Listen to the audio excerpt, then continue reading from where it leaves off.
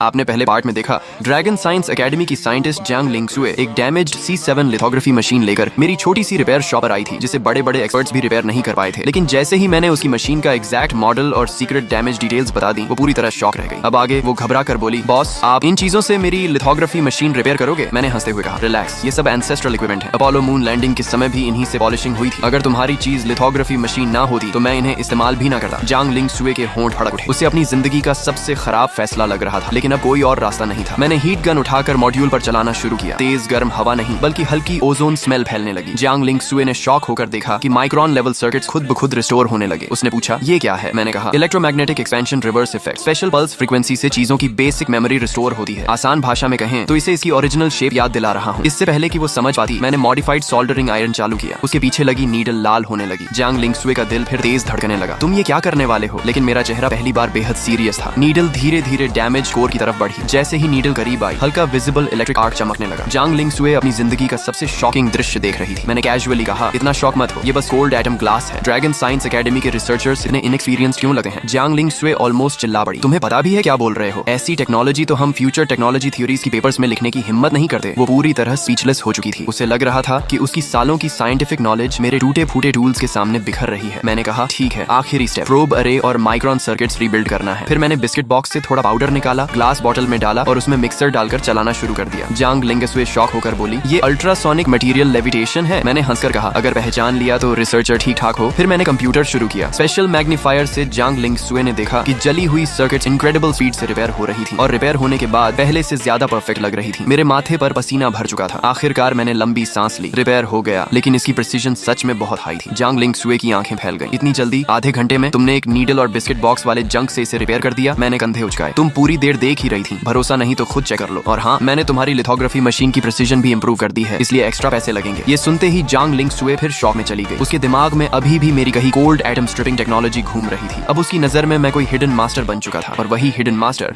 उससे सबसे ऑर्डिनरी चीज यानी पैसे की बात कर रहा था। वो धीरे से बोली, बॉस आपने जो इलेक्ट्रोमैग्नेटिक एक्सपेंशन इफेक्ट कहा उसका मतलब क्या था? मैंने हंसकर कहा, वो एंसेस्ट्रल सीक्रेट टेक्निक है, बाहर नहीं बताई जाती।